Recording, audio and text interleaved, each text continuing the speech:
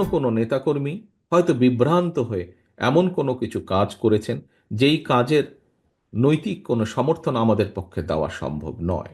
এবং যেহেতু আমাদের পক্ষে দেওয়া সম্ভব নয়, সেজন্যই আমরা আমাদের নৈতিক অবস্থান থেকে, দলীয় অবস্থান থেকে আমরা সেই সকল নেতাকর্মীর বিরুদ্ধে ব্যবস্থা গ্রহণ করেছি।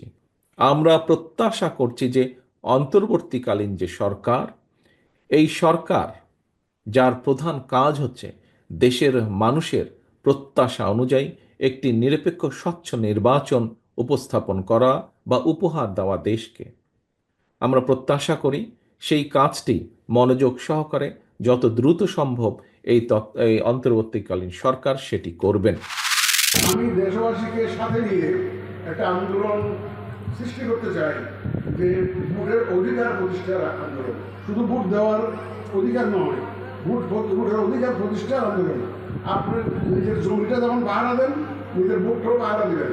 ঈদের আনন্দের মতো একটা ভোট অনুষ্ঠান করতে চাই, যেদিন মানুষ যাতে ঈদের আনন্দ যেরকম হয় সেইভাবে যাতে ভোটটাকে যাতে উদযাপন করতে পারে, আমরা সেরকম একটা ব্যবস্থা সৃষ্টি করতে চাই।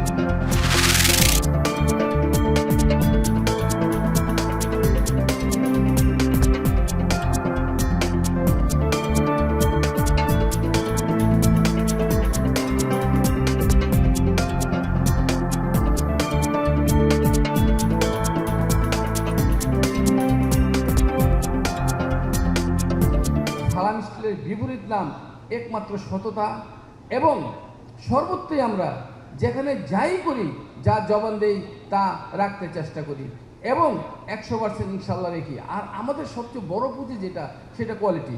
এই মিলন মেলা আমাদের ব্যবসা যতটুকু অগ্রগতি হচ্ছে সেটা আপনাদেরকে জানানোর জন্যই এই মিলন মেলাটা তৈরি করা হয়।